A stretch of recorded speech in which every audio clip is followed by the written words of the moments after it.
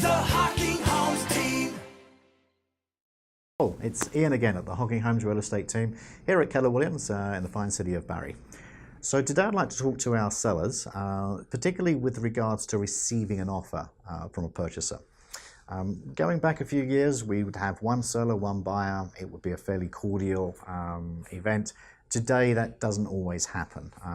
In the last few years, there's been a lot more buyers than sellers, and it's not unusual to find 2 or 3 offers coming in on a property. So we need to be prepared to receive those offers and what actually happens when we receive those offers. So a couple of things. There's the paperwork that's going to show up, and there'll likely be about 3 pieces to every offer. The first piece is called a confirmation of representation, and it really just lays out the 2 brokerages, who's representing who, which brokerage is representing the seller, which brokerage is representing the buyer, and the commission that we're going to pay to the buying brokerage.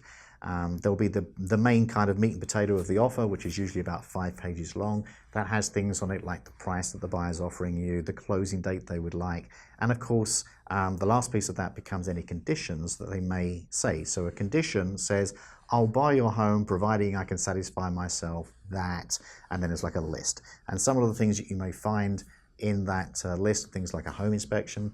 I know that it's become commonplace today to not put a home inspection in. Personally, I've never minded it. I actually think it protects you a bit because if the buyer does not have a home inspection, then they're kind of relying upon your representation and warranty to say the house is okay. And if they have a home inspection, to some degree that takes the onus off you as the seller and puts it on the buyer. So personally, I don't mind a home inspection. I quite encourage them.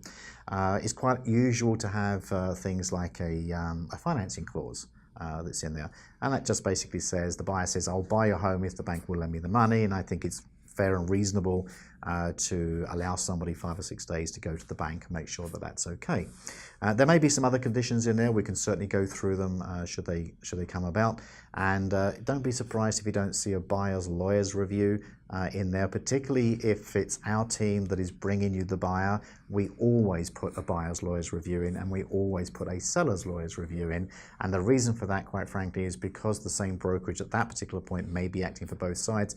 We like to be whiter than white, quite frankly. We would rather you go get independent legal advice and just make sure that everything is the way you think it should be. So that's kind of what you're expecting to see. Now, of course, we do have this multiple offer situation that crops up quite a lot, so I'll just speak briefly to that. If we receive 4 or 5 offers on your property, which will be a good afternoon, quite frankly, good for you as the seller, what's likely to happen is there's going to be 3 or 4 losers. So that means that tempers can get heated, agents can become quite aggressive. Our job is to protect you from that aggressiveness.